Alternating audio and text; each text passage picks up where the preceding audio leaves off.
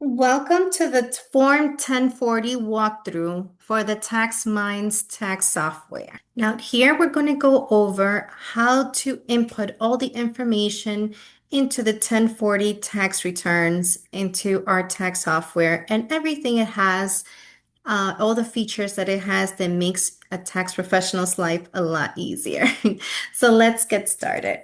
So here we are at the app.taxmindsassociates.com dashboard. We're using the demo version for this training and video. So here we are going to go over how to start a new tax returns. So as mentioned in earlier videos, there are different ways to start a new return.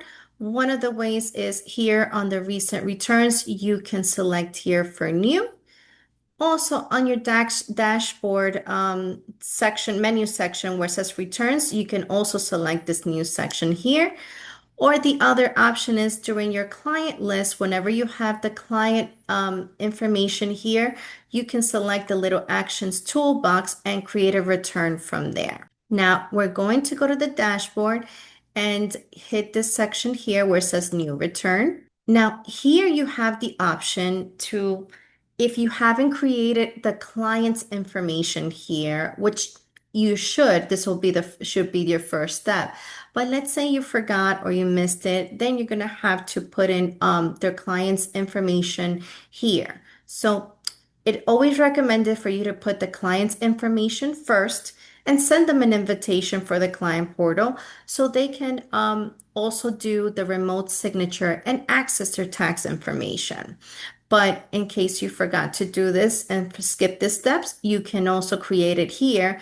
It'll automatically put the information on the client list, but you need to remember to also then send the client invitation to the tax portal as well afterwards. The other option is that if you already created the client's information and sent them the portal, you can select the client here and select the name.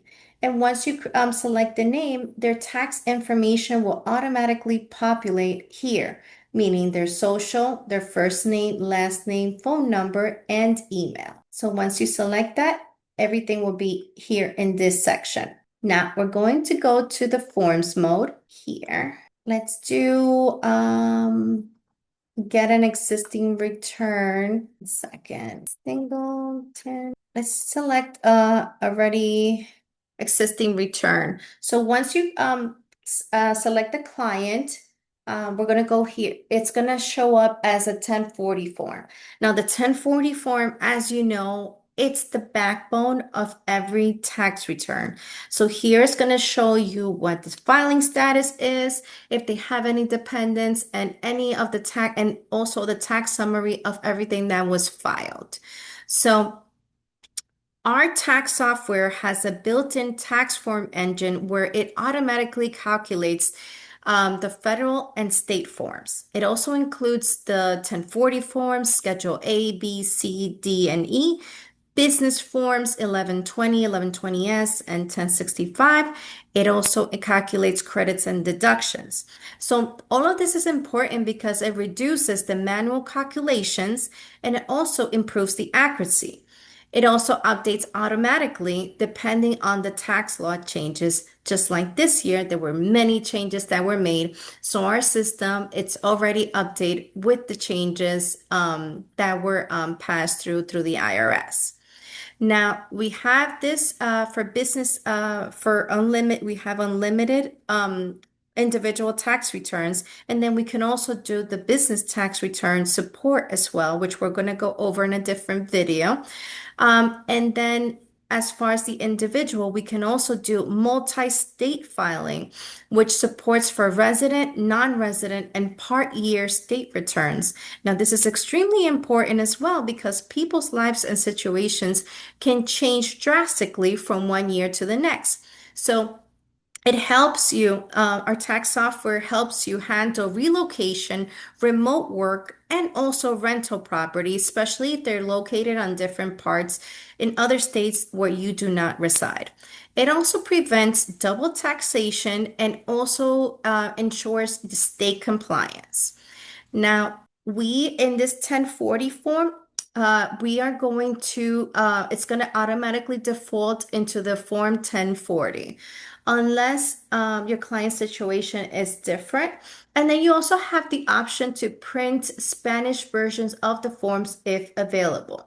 So this goes mostly if you have a lot of Spanish speaking clients that prefer some items in Spanish, which there are forms that we are already translated in Spanish. So once you print them, the tax return, you can select this. So anything that's in Spanish, you can have them printed in that language for them, which is a big plus. Filing status. This is where if the client has already filled out the questionnaire, a lot of these items will already be checked because they were transferred and already answered by the client.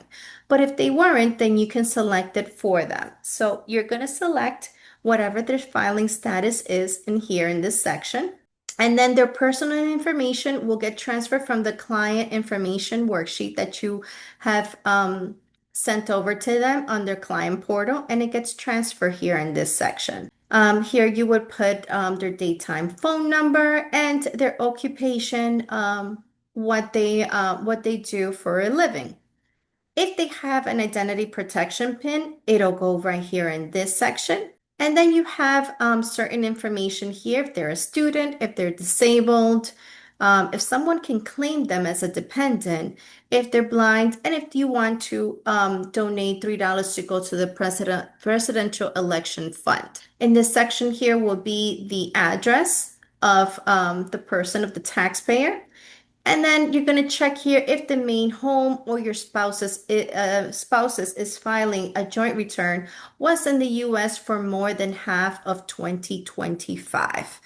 So this it's a new question that has just been integrated and required by the IRS. Now, based on the information that you put here, it'll automatically populate if the person needs to file a state return.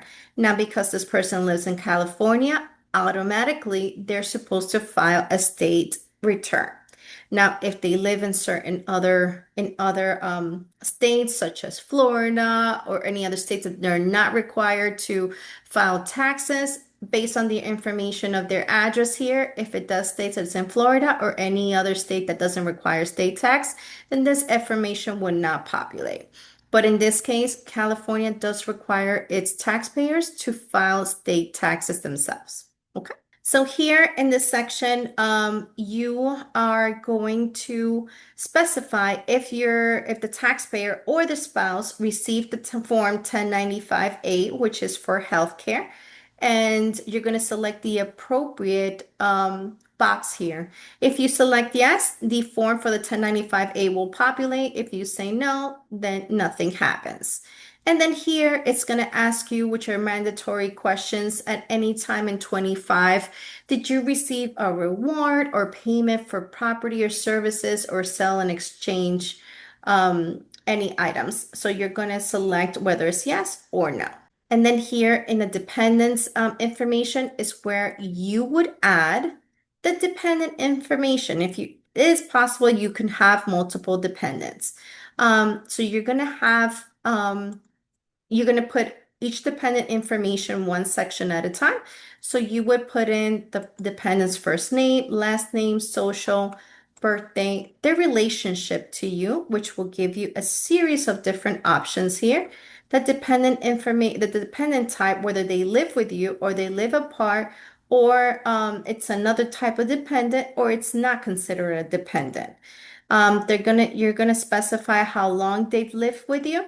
And then automatically these items will get claimed if, depending on the dependent's age and information here, then some of these boxes here will automatically get checked off, and we'll direct them if they're, for example, at a certain age and they're able to get the child tax credit and eligible for other types of credit, it'll automatically populate the appropriate forms that are needed to be completed in order to have this. So this is the 1040 tax information form, and you would put in any of the income that the person has received by adding the forms here. So there's two ways that you can do it. You can either do the quick forms and look for a W-2 or anything like that. These are quick forms that are readily available for clicking.